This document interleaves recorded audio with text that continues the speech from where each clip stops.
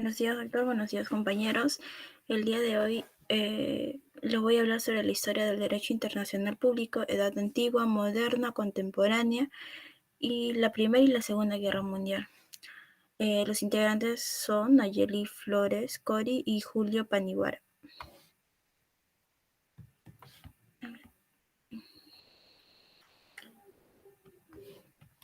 Ya. Como una pequeña introducción, tenemos que la definición de tal mencionado derecho internacional público ha sido una de las cuestiones relevantes en la doctrina y el estudio internacionalista durante la Edad Moderna y sobre todo a partir de considerar el conocimiento jurídico como una ciencia. Esta necesidad o exigencia surge cuando se produce la ruptura con los postulados del derecho natural o a los que se remitiría la justificación de todo derecho. Así se plantea entonces el problema de tener que explicar la causa de la obligatoriedad jurídica de las normas, pues aquí se hace obligatoria e imperativo la legislación internacional en todo el mundo y esto puede no imperar las relaciones entre otros estados. Aquí tenemos lo que es el índice. En el primer capítulo les vamos a hablar sobre la historia del derecho internacional, ¿no? En edad antigua, media y contemporánea, así como las grandes civilizaciones del Antiguo Oriente, la antigüedad greco-romana, el occidente cristiano medieval, el islam medieval. En el segundo capítulo hablaremos sobre lo que es el derecho internacional en la Primera y la Segunda Guerra Mundial. Y como tercer capítulo está la relación entre el derecho interno y el derecho internacional, así como unas nociones básicas del derecho internacional público. Continuando, el origen y la evolución del derecho internacional público. En esta conciliación del derecho internacional como un sistema normativo con peculiaridades en su evolución que se trasuntan, ¿no?, las ideas dominantes, que se ha señalado fechas hitas en este proceso, que estrictamente no alcanza a más de medio milenio. Como apuntaría Vinogradov en la década de los 20, esta disciplina jurídica se presenta bajo 5 formas: la helénica o interciudades, donde se destacan Atenas, Esparta; la del jus gentium, de la omnipresencia real, la republicana imperial de Roma; la del jus commune, que corresponde al ideal unirialismo de la Edad Media; la de los tiempos modernos, referida a la convivencia entre estados nacionales, y muchos aún en Agraf, y cuyos monarcas buscan justificar sus acciones en preceptos religiosos y pocas veces en reglas jurídicas. Y bueno, finalmente la que pertenece a la historia contemporánea, comprensiva en la multiplicidad de las normas y características para la presencia de las organizaciones internacionales, ¿no?, que singularizan en nuestra época. Luego tenemos lo que es en la Edad Media, que durante la Edad Media el derecho internacional estuvo fuertemente influenciado por la Iglesia Católica y el concepto de la cristianidad, ya que se desarrollaron normas y principios para poder regular las cruzadas y las relaciones entre los reinos cristianos y las tierras musulmanas. Aquí en la Edad Media, según varios historiadores en el mundo, inicia con la caída del Imperio Romano y comprende el periodo entre los siglos V y XV, siglo XV. Bueno, en esta época también se caracterizaba por la convicción que se tenía de las autoridades o gobernantes que eran derivados de Dios. En la edad contemporáneamente el ser humano se realiza sin tomar en cuenta fronteras y como consecuencia aquí adquiere una significativa importancia la comunidad internacional, que en ella los principios del derecho internacional se constituyen en una unidad sistemática dentro de la ciencia jurídica, completados por los ordenamientos jurídicos. Luego tenemos el derecho internacional en la antigüedad grecorromana. En la antigüedad no existía una comunidad internacional, debido a esto no existía en sí un derecho internacional público. La comunidad estaba integrada por las relaciones espontáneas entre las naciones, por lo que estas no se les podía considerar una comunidad organizada. Si bien en Grecia, Atenas, Argos y Esparta formaron pequeños estados del derecho internacional público helénico, estuvo caracterizado por la Liga de Ciudades, que se basaba en la coexistencia de numerosas ciudades libre e independientes, que se asociaban, ¿no?, en ligas de estados de ciudad, que abarcaba mucho más en la comunidad política y esta regulaba la vida religiosa en torno a los tiempos de los dioses.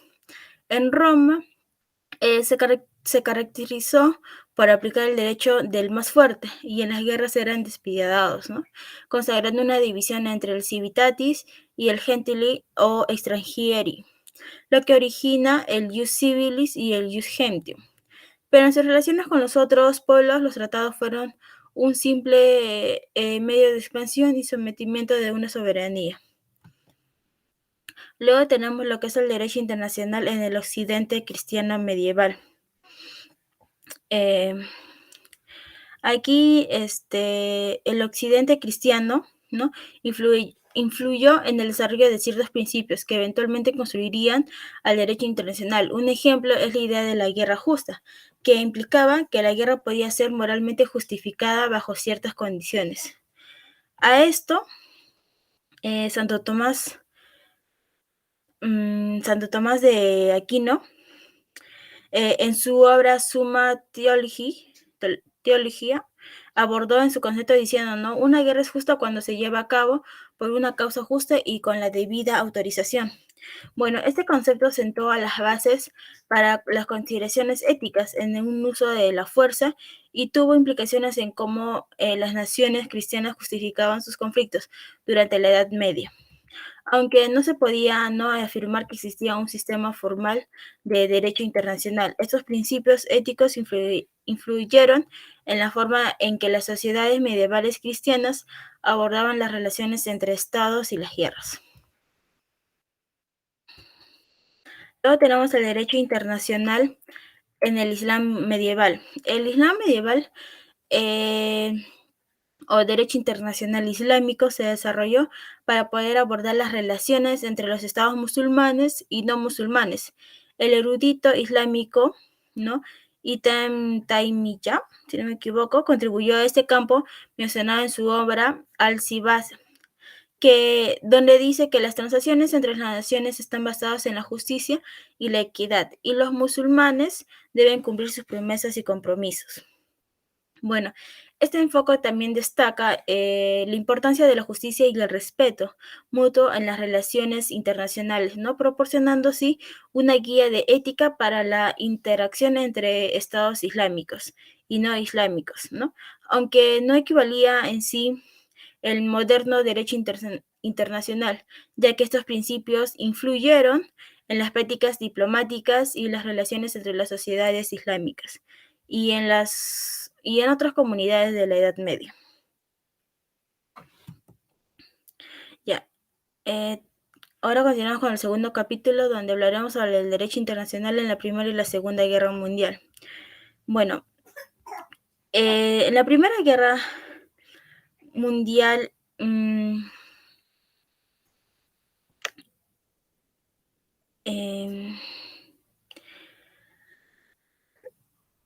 bueno, aquí durante el derecho internacional enfrentó desafíos significativos, donde la violación de las normas establecidas como las contenidas en la Convención de La Haya de 1907 fue evidente. El presidente estadounidense Woodrow Wilson expresó preocupaciones al respecto, declarando en su discurso en el Congreso el 2 de abril de 1917, donde los dictados del derecho internacional como se ha desarrollado es reconocido por todas las naciones civilizadas, debe ser seguido con una cuestión de curso común. Estas palabras reflejan la preocupación por la observancia, ¿no?, del derecho internacional durante el conflicto y subraya la importancia de adherirse a las normas internacionales establecidas. Sin embargo,